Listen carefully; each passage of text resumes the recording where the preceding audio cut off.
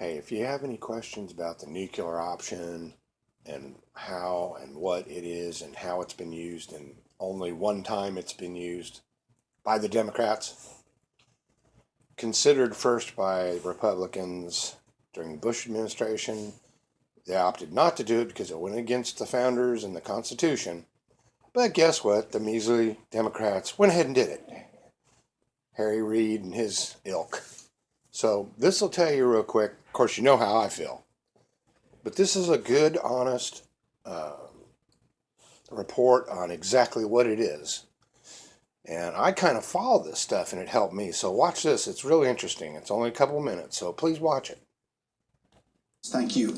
Confirmation battles today involving President Trump's still unfilled cabinet make for more very hard feelings as that process crawls along on Capitol Hill.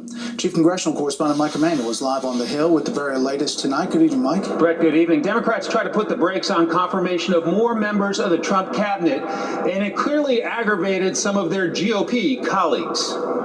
We had an election last November. The people spoke, and now it is time to set up a functioning government. Democrats boycotted once again, this time a Senate Environment and Public Works Committee vote on the nominee to be the next EPA administrator. So Republicans suspended the rules and voted 11-0 to approve Scott Pruitt and send his nomination to the full Senate. The Republican chairman called out the Senate Democratic leader by name. Well, it's obviously a concerted effort by the entire Democratic Party. It's not just Scott Pruitt, it's so many of these, and this is a play that's being called by Chuck Schumer. I think it's a mistake, but it's in an effort to try to obstruct Donald Trump from getting a cabinet in place. Today, Senator Schumer defended his delay tactics by saying this. Where are the tears today, Harry? Boy, he really worked hard to get those tears up the other day. And then when he did, boy, look at me, look at me. He looks around, get these tears on camera. And then Nancy Pelosi the next day is telling some Muslim guy, he just happened to be Muslim, and I think he was some politician or something, but hot mic moment, Nancy Pelosi's like, tell him you're Muslim. Tell him you're Muslim.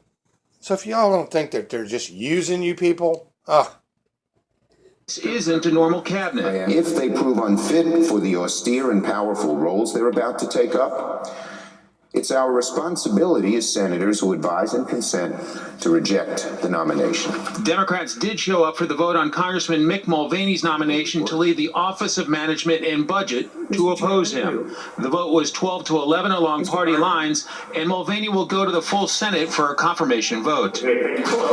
Also today, Supreme Court nominee Judge Neil Gorsuch continued making the rounds, meeting with 4 more Republican senators: Shelley Moore Capito of West Virginia, Bob Corker of Tennessee, Ted Cruz of Texas, and Lindsey Graham of South Carolina. Some Democrats have already decided before meeting with Gorsuch that they cannot support him. The nomination of Judge Gorsuch is a huge gift to the giant corporations and wealthy individuals who...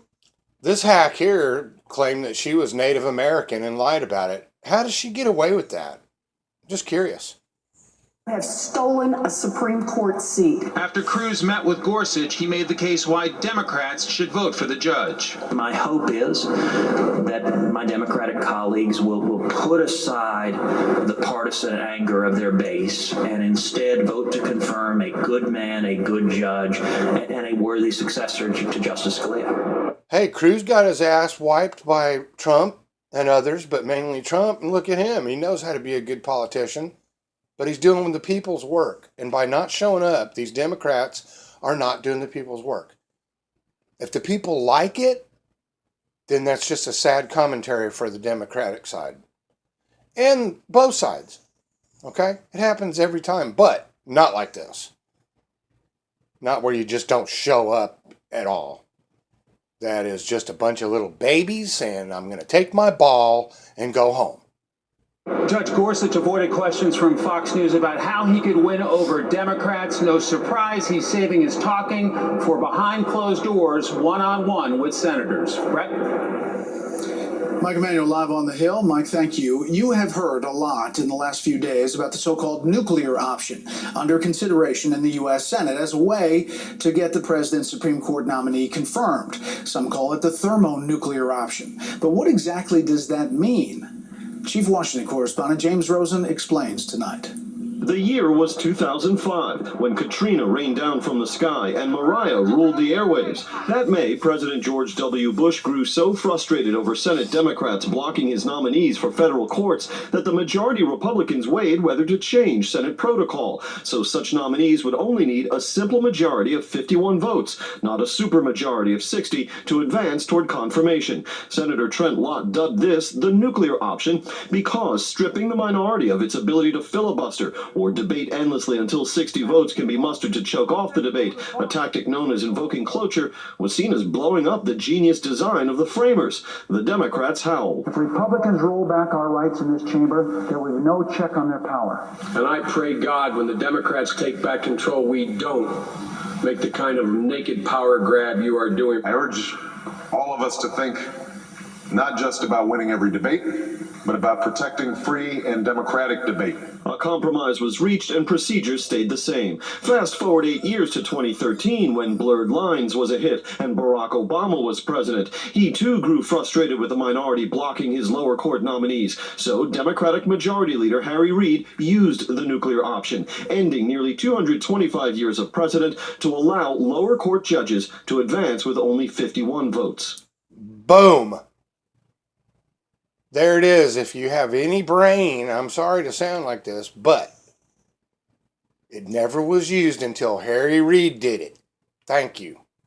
The circumstances have unfortunately changed for the worse since 2005.